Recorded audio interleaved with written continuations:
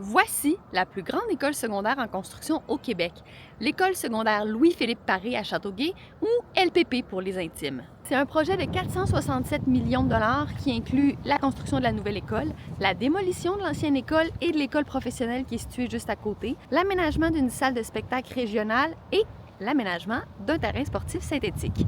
Le chantier achève, le centre de service scolaire des Grandes Seigneuries devrait prendre possession du bâtiment d'ici la fin de l'année et ensuite va l'aménager pour qu'elle soit prête à accueillir les élèves en septembre 2026. Puis on va se servir du fait qu'on prend possession du bâtiment en janvier pour commencer à faire de l'intégration d'élèves tranquillement, pas vite dans le bâtiment. C'est-à-dire que les élèves vont pouvoir aller visiter l'école, aller se familiariser avec les lieux pour la prochaine rentrée, mais il n'y a pas 2900 élèves ou 2800 élèves qui découvrent l'école en même temps et qui ne savent pas où la café, ne savent pas où les gymnases, ne savent pas où l'auditorium, savent pas. Donc, ça va leur permettre de se familiariser avec les liens, avec les lieux. Même si c'est une très grosse école, ça ne suffira pas pour accueillir tout le monde l'an prochain.